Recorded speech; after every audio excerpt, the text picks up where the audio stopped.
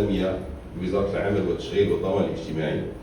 تختتم اليوم فعاليات الحملة الإعلامية التأسيسية الوطنية المشتركة حول الوقاية من المخاطر المهنية في مجال الصحة والسلامة المهنيتين تحت شعار كرامة العامل وسلامته الجسدية والنفسية أساس بيئة العمل الناجحة.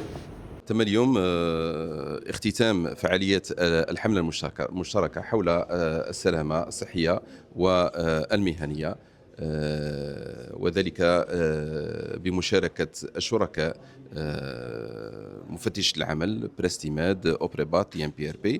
هذه الحملة المشتركة دامت شهر، تم من خلالها قيام بزيارات ميدانية وحملات في مجال الوقاية.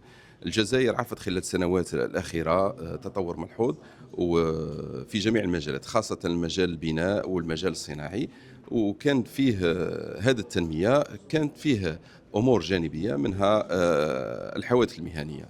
إذن جاءت هذه الحملة في وقتها باش تنادي بالكرامة والسلامة الجسدية والنفسية للعامل. علاه؟ لأنه لاحظنا في السنوات الأخيرة إضافة إلى حوادث العمل الجسدية فيه عامل نفسي يأثر العامل.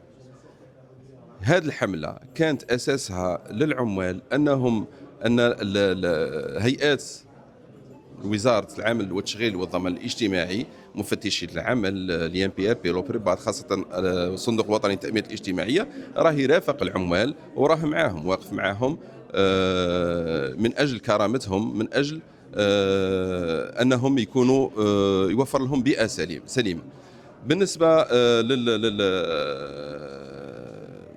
بالنسبة لأصحاب العمل، لأرباب العمل، لي زومبلوايور، رانا نقولوا باللي أيضا رانا معكم ولازم توفروا للعمال بيئة عمل آمنة وسليمة من أجل مردودية أكبر، من أجل أنه العامل لما يكون في بيئة عمل آمنة سليمة يكون المردود تاعه أحسن وأكثر. الحملة انطلقت، هذه الحملة الإعلامية والتحسيسية انطلقت في 31 ماي 2026 بإشراف من السيد معالي وزير العمل والتشغيل والضمان الاجتماعي تحت شعار السلامة الجسدية والنفسية للعامل أساس بناء بيئة عمل ناجحة. هذه الحملة والتي امتدت لمدة شهر كانت لنا الفرصة أننا نلتقي بأطراف علاقة العمل سواء أرباب العمل أو العمال في أماكن عملهم.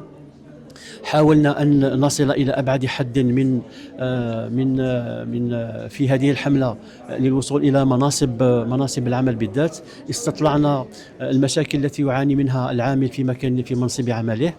استطلعنا كذلك تلك الإشكاليات التي يعاني منها أرباب العمل من أجل تطبيق كل المعايير والإجراءات والتنظيمات في مجال الوقاية من المخاطر المهنية. كانت هذه الحملة كذلك فرصة لعقد جلسات تفاعلية مع بعض المنظمات المجتمع المدني والذين أثروا هذا الموضوع بتقديم اقتراحاتهم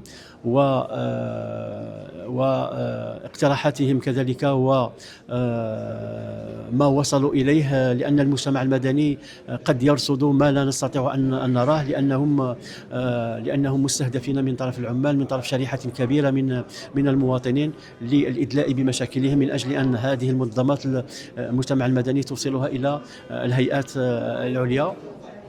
كانت هذه الحملة كذلك فرصة للقاء طلبة في الجامعات، للقاء طلبة المعاهد التكوين المهني باعتبارهم طالبي عمل بعد انتهاء تكويناتهم.